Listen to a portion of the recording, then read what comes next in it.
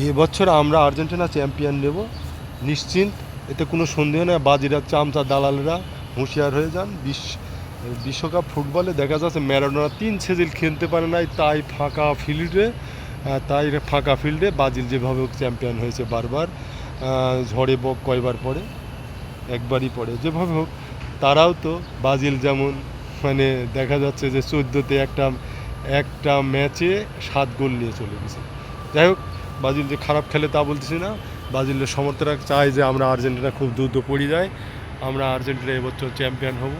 জানি রাখিস, আমি একটা পার্কে থাকি, কথাটা বললাম না বললে পারলাম না। আমি একজন ফুটবলার, জেলা first division footballer, ex defence একজন ফুটবলার, বাট ফুটবল সম্পর্কে অনেক সচেতন।